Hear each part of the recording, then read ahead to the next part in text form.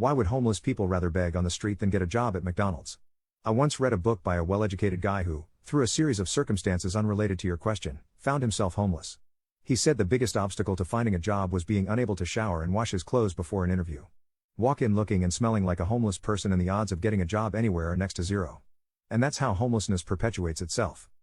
He obviously had the advantage of being articulate, with a strong resume. Imagine you're a veteran who suffers from PTSD, and that's why you've been unable to hold a job. How do you explain that, both on paper and in the interview? For that matter, how do you explain not having a fixed address? Perhaps you managed to get cleaned up for the interview itself, but once an interviewer knows you'll be coming into work after sleeping on the street, he's going to assume you'll be bringing the stink. To support my argument, I will now introduce the Pope. Soon after taking office, he ordered his cardinals to have lunch, once a month, I think, with a homeless person. The cardinals dutifully tried, but found few people who were willing to have a meal. Pope Francis, wonderful human that he is, looked into the matter and found out the homeless were embarrassed by their smell. He ordered showers be built behind the Vatican, and the lunch program took off.